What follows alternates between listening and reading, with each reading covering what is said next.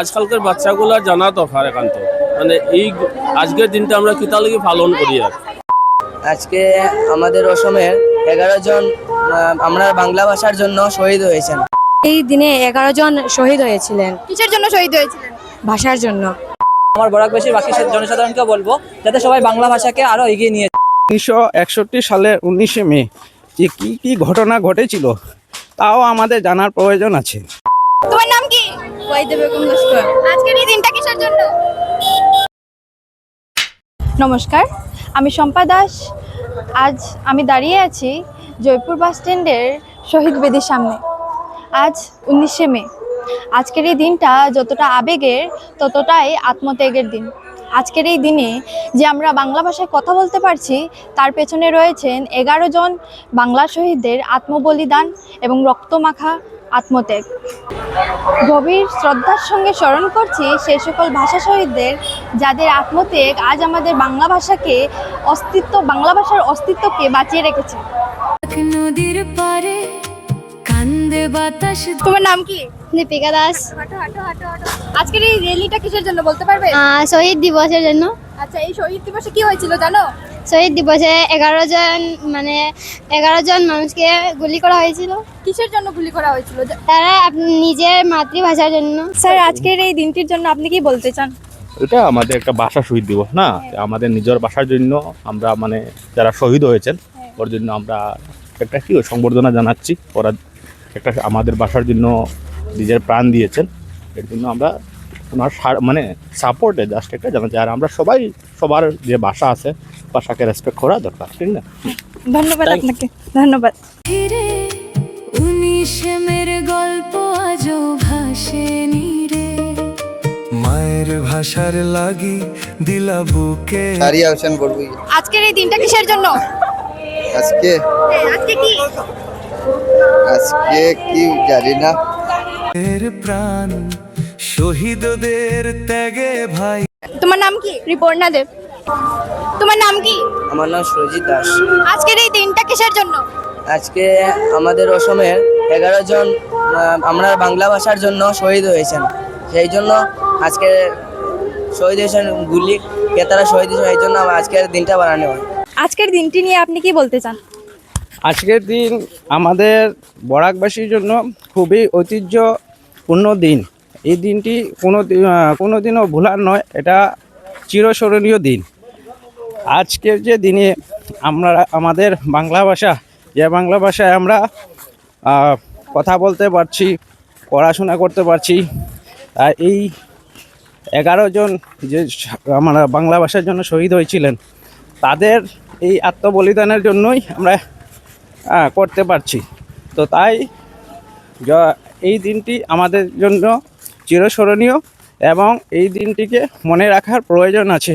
এবং 1961 সালের 19শে মে যে কি কি ঘটনা ঘটেছিল তাও আমাদের জানার প্রয়োজন আছে। তো এটা নিয়ে অধ্যয়ন করা আমাদের অত্যন্ত প্রয়োজন, কেন আগামী প্রজন্ম যাতে এই বিষয়টা নিয়ে অবগত থাকে, এটাই বলতে চাইছি। তোমার নাম কি? জুই আক্তার। আজকের এই দিনটা কিসের জন্য? বাংলা। বলো কিসের জন্য? তোমার নাম কি? ওয়াইদে বেগম লস্কর। আজকের এই দিনটা কিসের জন্য? বাঁচে বাংলা গান। 19শে মে ভুলি। তোমার নাম কি? মানসি পাল। আজকে এই র্যালিটা কিসের জন্য বলতে পারবে? ভাষা শহীদ দিবসের জন্য। তো কি হয়েছিল এই দিনে? এই দিনে 11 জন শহীদ হয়েছিলেন। কিসের জন্য শহীদ হয়েছিলেন? ভাষার জন্য। ভাষা শহীদদের দিনটা কেন পালন করা হচ্ছে? শহীদ দিবসে। শহীদ দিবস। হ্যাঁ, কেন শহীদ হয়েছিলেন? ভাষার মানে করবার। ভাষার কিনা করবার লাগি। আমাদের যে বাংলা ভাষা রক্ষা করার জন্য 11 জন যে শহীদরা শহীদ হয়েছিলেন। আজকের দিনের জন্য আপনার প্রতিক্রিয়া কি? বেশ ভালো। আমি যাতে বাঙালি তাই আমার বাংলা ভাষার প্রতি অনেকটা মানে আদর, স্নেহ, মায়া, মমতা আছে। আর আমি বাকি সব জনসাধারণকেও বলবো, আমার বরাকবাসীর বাকি জনসাধারণকেও বলবো যাতে সবাই বাংলা ভাষাকে আরো এগিয়ে নিয়ে যায়। Thank you. ধন্যবাদ আপনাকে। নমস্কার স্যার, আজকের দিনের জন্য আপনি কি বলতে চাইবেন? ব্যাপারটা হলো এই দিনটার বিষয়ে আজকালকার বাচ্চাগুলা জানা দরকার একান্ত। মানে এই আজকের দিনটা আমরা কিতা লাগি পালন করি, আর এটার মাহাত্ম্য কিতা, এটা সম্বন্ধে বাচ্চাগুলার মানে ওখানের জেনারেশনে তো এটা জানে না। তো এই জিনিসগুলো তারা জানা কিন্তু খুব জরুরি, কিন্তু বুঝছো। ধন্যবাদ আপনাকে। কথা বাজে অন্তরে, রক্তে লেখা বাংলা ভাষা গর্ব অহংকার। শহীদদের নাম লইয়া গাই বাংলার গান।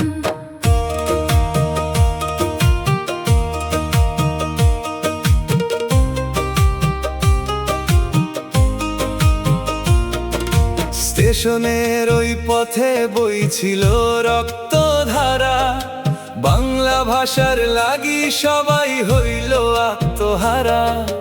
মায়ের মুখের ভাষা রাখবার তরে, জীবন দিলা এই হাসি। দিনটি বরাকবাসী সকলের পক্ষে খুবই একটি চিরস্মরণীয় দিন। এই দিনটিতে আমরা বাঙালিরা তথা অন্য সব ভাষাভাষী নিজের মাতৃভাষাকে সম্মান জানানোর জন্য এবং সেই একাদশ শহীদদের স্মরণ করার জন্যই আমরা প্রত্যেক বছর পালন করে থাকি। তাই বরাকবাসী হিসেবে এই দিনটি আমাদের কাছে খুবই এক গৌরবোজ্জ্বল দিন।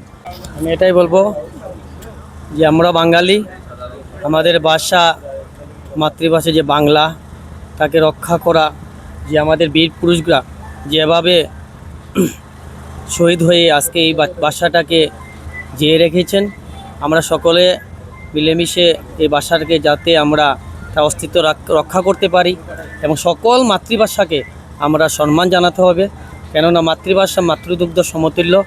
তাই আমি আজকের এই স্মরণীয় দিনে 19শে মে স্মরণীয় দিনে আমি একাদশ শহীদদেরকে শ্রীচরণে কোটি কোটি প্রণাম জানাই এবং আমরা যাতে মাতৃভাষাকে সবসময় উচ্চস্তরে বুঝি এবং তাহা রক্ষা করার জন্য যাতে আমরা সবাই সবসময় আগে আসি।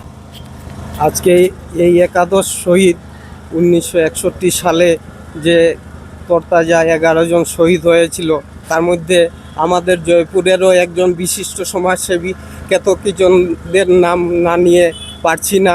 উনি এই সংগ্রামে ওতপ্রোতভাবে জড়িত ছিলেন। আজকে উনি নাই, কিন্তু আমরা উনাকে স্মরণ করতে বাধ্য হচ্ছি, কারণ ওই সংগ্রামে উনি ছিলেন।